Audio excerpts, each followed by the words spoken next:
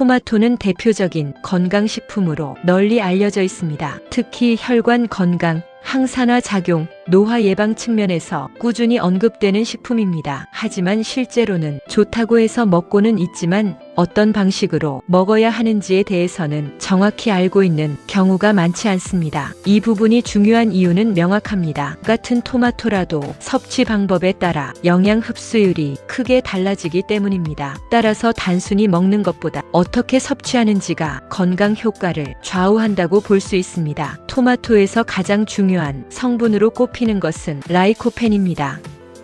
이 성분은 강력한 항산화 물질로 체내 활성산소를 줄이고 혈관 건강 유지에 도움을 줄 수 있는 것으로 알려져 있습니다. 여러 연구에서도 라이코펜 섭취가 심혈관 질환 위험 감소와 관련이 있다는 결과가 보고된 바 있습니다. 다만 중요한 점은 이 성분이 체내에서 잘 흡수되지 않는 구조라는 것입니다. 즉 단순히 생으로 섭취하는 것만으로는 충분한 효과를 기대하기 어려울 수 있습니다. 전문가들이 강조하는 첫 번째 원칙, 가열해서 섭취하는 것이 유리합니다. 토마토는 가열할 경우 세포벽이 부드러워지면서 라이코펜이 체내에서 더 쉽게 흡수되는 형태로 변합니다. 실제로 조리된 토마토의 경우 생으로 먹는 것보다 라이코펜 흡수율이 더 높다는 연구 결과도 있습니다. 따라서 토마토를 단순히 생으로 섭취하기보다는 가볍게 데치거나 볶거나 수프로 활용하는 방식이 보다 효율적인 섭취 방법으로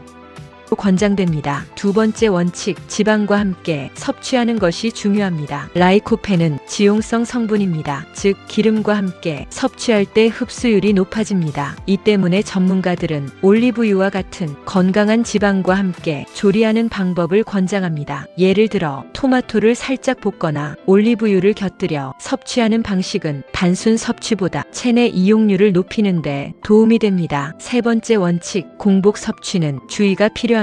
토마토는 산 성분을 포함하고 있기 때문에 공복 상태에서 섭취할 경우 일부 사람에게는 속쓰림이나 위 자극을 유발할 수 있습니다. 특히 위장 기능이 약한 경우에는 이러한 반응이 더 크게 나타날 수 있습니다. 따라서 전문가들은 식사 후 또는 음식과 함께 섭취하는 방법을 권장합니다. 이렇게 하면 위에 대한 부담을 줄이면서 영양 흡수도 보다 안정적으로 이루어질 수 있습니다. 네 번째 원칙, 섭취량은 적정 수준이 중요합니다. 건강에 좋은 식품이라고 해서 많이 섭취하는 것이 항상 좋은 결과로 이어지는 것은 아닙니다. 토마토 역시 과다 섭취할 경우 속 불편감이나 소화 문제를 유발할 수 있습니다. 일반적으로는 하루 1개에서 2개 정도의 섭취가 적절한 수준으로 권장됩니다. 개인의 건강 상태에 따라 적정량은 달라질 수 있으므로 자신의 몸 상태를 고려한 조절이 필요합니다. 토마토에 대한 대표적인 오해 중 하나는 생으로 먹는 것이 가장 건강하다는 인식입니다. 물론 생으로 섭취하는 것도 영양 공급에는 도움이 되지만 앞서 설명한 것처럼 특정 성분이 흡수율 측면에서는 조리된 형태가 더 유리한 경우가 있습니다. 따라서 단순히 신선한 상태를 유지하는 것보다 어떤 방식으로 섭취하느냐가 더 중요한 요소가 됩니다. 토마토는 분명 건강에 도움이 되는 식품입니다. 하지만 그 효과를 제대로 활용하기 위해서는 몇 가지 기본적인 섭취 원칙을 이해하는 것이 필요합니다. 정리하면 다음과 같습니다. 가열해서 섭취할 것, 기름과 함께 섭취할 것, 공복 섭취는 피할 것, 적정량을 유지할 것. 이 네 가지 원칙만 지켜도 토마토의 영양을 보다 효율적으로 활용할 수 있습니다. 건강 관리는 특별한 방법에서 시작되기보다는 이처럼 일상적인 식습관의 작은 차이에서 비롯됩니다. 같은 음식을 먹더라도 어떤 방식으로 섭취하느냐에 따라 몸에 미치는 영향은 충분히 달라질 수 있습니다. 따라서 단순한 정보에 그치지 않고 실제로 적용 가능한 방법을 이해하고 실천하는 것이 보다 중요한 요소라고 할 수 있습니다. 구독과 좋아요를 눌러 유익한 건강 상식 챙겨보세요.